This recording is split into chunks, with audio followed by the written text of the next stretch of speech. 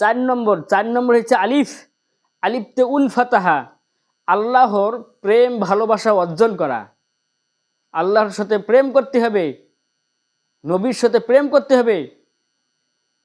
কারণ আল্লাহ পাক রব্বুল আলামিন কি সুন্দর করে কোরআনুল কারীমের মধ্যে ঘোষণা করে দিয়ে বললেন, 3 নম্বর সূরা আল ইমরান আয়াত নম্বর 31-এর মধ্যে জানিয়ে দিয়েছেন, কুলিন কুনতুম তাহিব্বুনাল্লাহ ফাত্তাবিউনি ইউহিব্বুকুমুল্লাহ ওয়া ইউগফির লাকুম যুনুবাকুম ওয়াল্লাহু গফুরুর রহিম।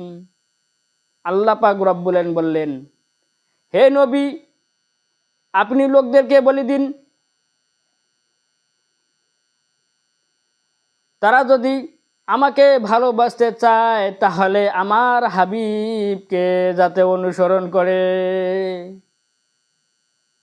সরাসরি আমার নাগাল পাওয়া যাবে না, আমার হাবিবের অনুসরণ করতে হবে, তারপর আমার ভালোবাসা পাবে, না হলে পাবে না। কত সুন্দর কথা ভাইরা আমার, কত সুন্দর কথা। প্রেম করো, আল্লাহর সাথে প্রেম করো, নবীর সাথে প্রেম করো, দুনিয়াতে আখিরাতে কামিয়াবি হয়ে যাবে। জোরে বলুন ঠিক কিনা? কত সুন্দর কথা।